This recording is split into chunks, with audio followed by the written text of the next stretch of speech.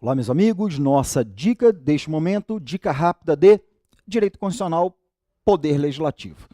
Nós sabemos muito bem que o Poder Legislativo, previsto na Constituição da República de 88, ele está concentrado ali do artigo 44 ao artigo 75. O artigo 44, 45, 46, essencialmente estes três, ele traz uma visão geral da estrutura do nosso Poder Legislativo Federal.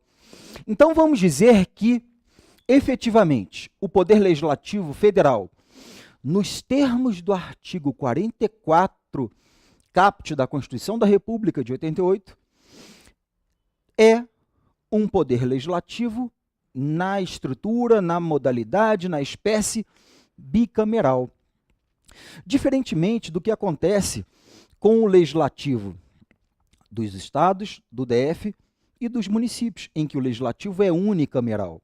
Então, no âmbito federal, à luz do 44 da Constituição da República, nós adotamos o bicameralismo.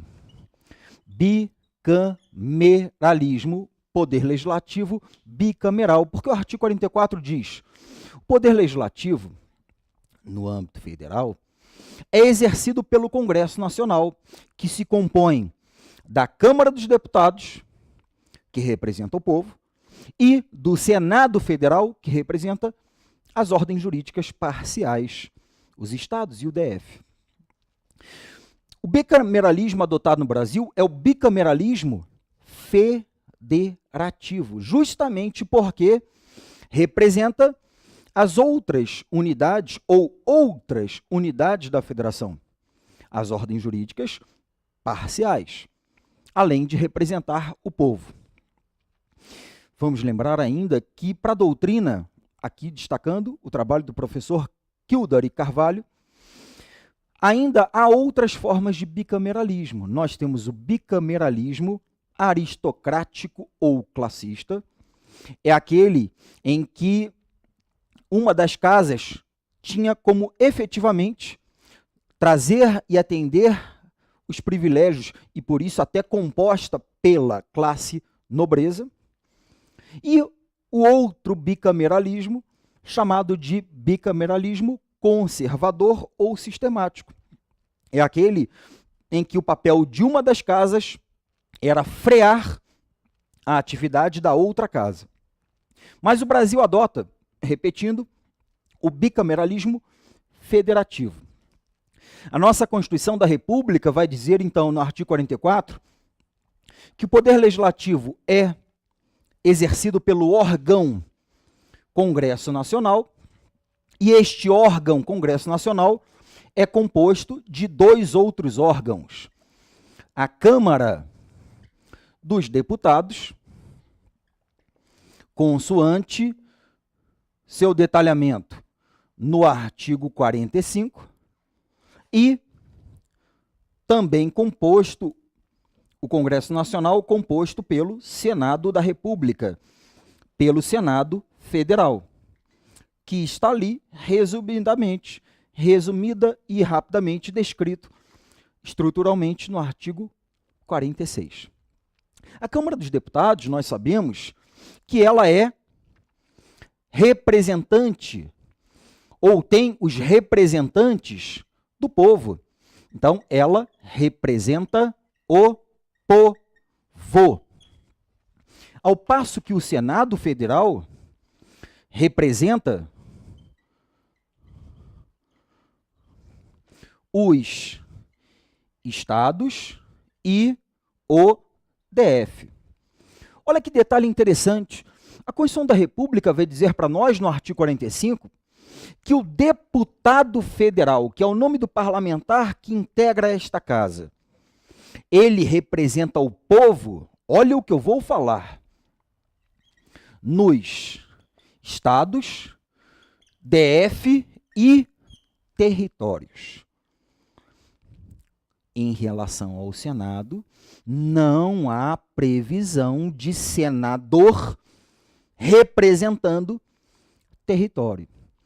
Então, fique ligado que na Câmara dos Deputados, T de deputado, tem representante se existir território, tem representante nos territórios. Beleza? No Senado, não tem T, não tem T. A Câmara dos Deputados, ela tem os seus deputados federais. O Senado Federal tem o senador da República. Senadores, aqui no plural. Quantos são os deputados federais? Bom, a Constituição não nos informa. A Constituição nos remete a uma lei complementar. Lei complementar, que é a Lei Complementar 78 de 93, que vai dispor sobre o número de deputados e a representação, a quantidade de deputados por ente da federação. Sendo que a Constituição só nos traz o parâmetro. Não podendo haver unidade da federação com menos de 8 deputados federais, nem com mais de 70, ou seja, teremos de 8 a 70. Então, deputados federais de 8 a 70. Lembrando que isto é definido em lei complementar. Quantos por estados e DF? Eu falei estados e DF porque, em relação aos territórios, a Constituição já definiu. Se houver território federal, nos territórios nós teremos 4 deputados federais. É um número fixo.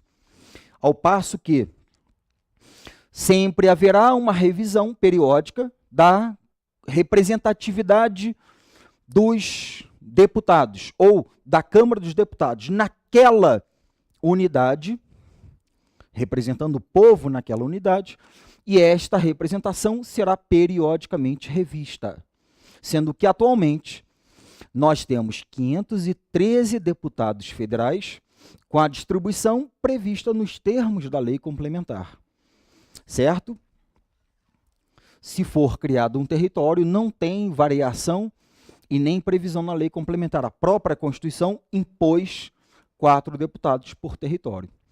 Já no Senado, nós temos o Senado representando os estados e o DF. Estados e DF. Estados e DF, dizendo a Constituição que são 3 senadores. 3 senadores. Senadores que representam os poderes nos estados e no DF. 3 poderes, 3 senadores. Senadores, então, são 3. Em cada unidade da federação, em cada ordem jurídica parcial consoante o que temos aqui na redação do artigo 46.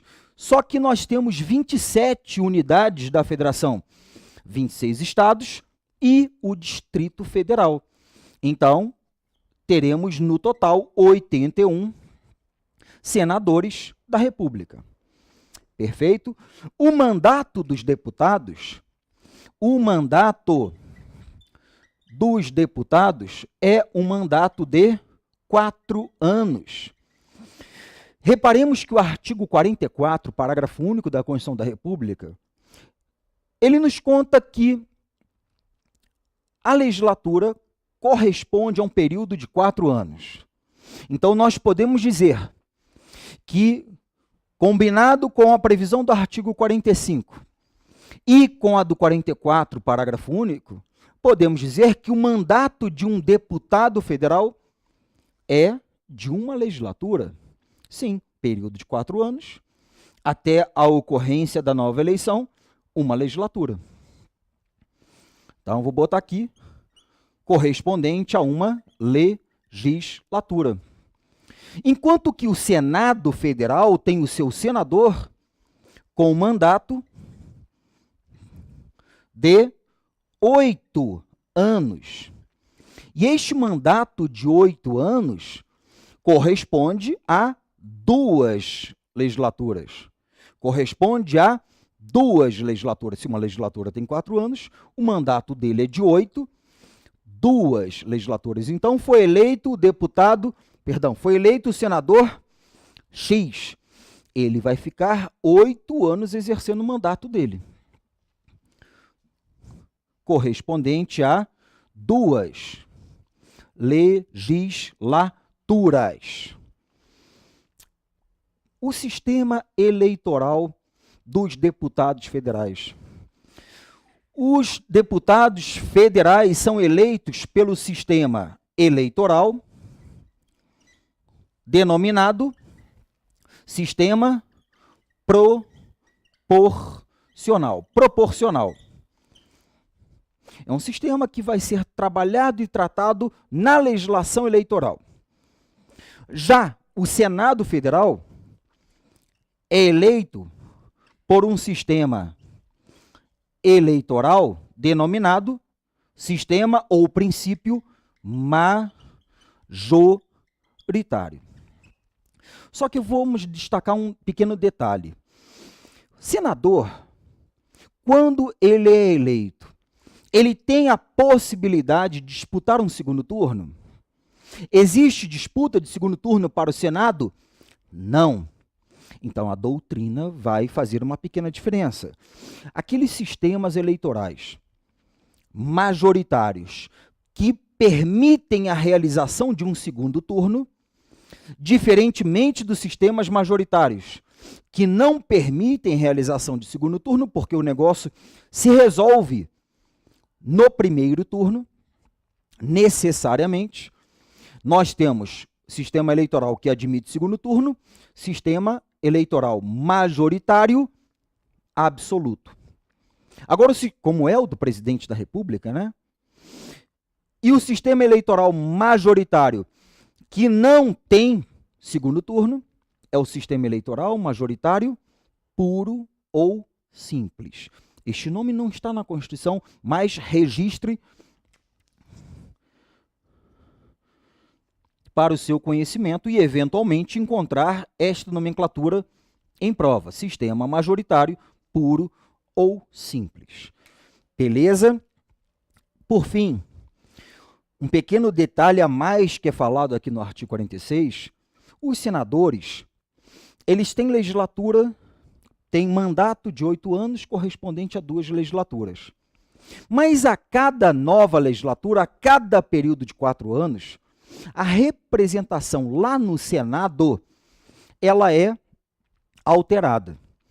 Então, diz a Constituição que de 4 em 4 anos, a cada 4 anos, a cada legislatura, a representatividade dos estados e DF no Senado é alterada em 1/3 e 2/3 alternadamente. Perfeito?